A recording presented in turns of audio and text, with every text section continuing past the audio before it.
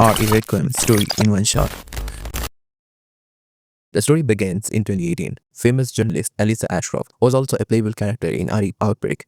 Is staying at a hotel with her daughter, Grace. Elisa has discovered important evidence connected to a dangerous secret. When the power in the hotel suddenly goes out, she quickly hides the evidence behind a wall painting. But before she can escape, Elisa is murdered by a mysterious stranger. Fast forward to 2026. Grace Ashcroft is now an FBI agent investigating the truth behind the Raccoon City incident. The US government fired missiles at Raccoon City, and the lockdown of the area has been extended until 2040. While investigating a new murder case, Grace is sent to the same hotel where her mother died. There, she learns that several people who recently died all had one thing in common. They were survivors of Raccoon City and infected with virus. Inside one of the rooms, Grace discovers something even more disturbing. Someone has been watching her for years. Suddenly, she remembers hidden evidence her mother left behind. Behind the painting, she finds a diary and a desk, which she secretly takes with her. But moments later, she's kidnapped by Victor Gideon, a former Umbrella scientist. At the same time, Leon S. Kennedy is investigating the same murders. He sees Gideon kidnapping Grace and decides to follow them. Before he leaves, Leon reveals something shocking. He and his handler, Sherry, are infected with the same mysterious virus that killed many Raccoon City survivors. Gideon takes Grace to a heavily guarded research facility called a care center, built in classic Umbrella style. Grace manages to escape her restraints and begin exploring the facility while being chased by terrifying bioweapons. Meanwhile, Leon infiltrates the facility but gets captured during the process. Both of them soon discover the truth about a secret project called elpis. Grace overhears Gideon saying that she is the key to unlocking elpis. During her escape, she meets a blind girl named Emily who helps her solve puzzles inside the care center. But something strange happens. Emily is also infected with the T virus and turns into a giant bioweapon.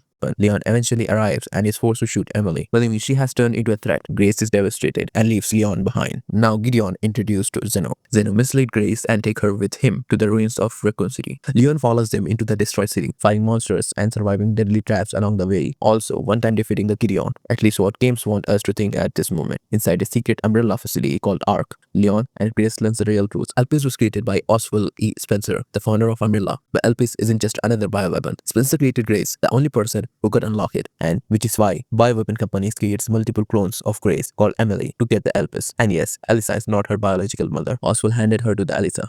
Grace eventually reaches the final chamber called Pandora, where Elpis is locked behind a password only she knows. The password turned out to be the Hope. At first, it seems like elpis might be a mind control weapon, but the truth is even more surprising. Elpis is actually an antivirus capable of curing any infection or virus. Grace uses it to save Leon from the virus. However, Gideon misunderstands his master Spencer's intentions and mutates into a powerful monster, killing Zeno first, then fights with Leon. Leon fights him and defeats him with a powerful shot. As the facility begins collapsing, Grace Redfield's squad arrives to rescue them. Leon secretly keeps a small sample of elpis for her handler Sherry, while Grace learns that Emily is still alive. Leon didn't shot her vitals, which led her to live, and also she recovered her vision. Grace shows her grace and adopts her, and that's the end of the story.